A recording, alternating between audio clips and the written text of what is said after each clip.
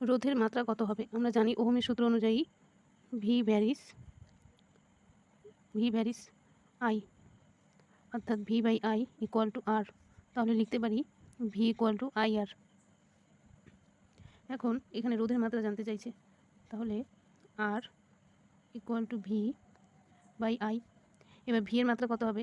আমরা জানি যে কার্য equal to V into Q, অর্থাৎ একটা তড়িৎ ক্ষেত্রের মধ্যে কোনো আধানকে অসীম দূরত্ব থেকে আনতে যে কার্য করা হয় সেটাই ওই বিন্দুতে বিভব।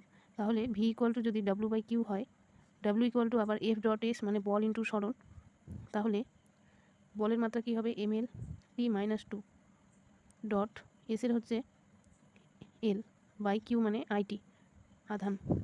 তাহলে এখানে বসিয়ে দিই, এটা এম দুটো এল মিলে L square T to the power minus two, এইটি ওপরে উঠলে মাইনাস থ্রি, আর আই ইনভার্স বাই কত?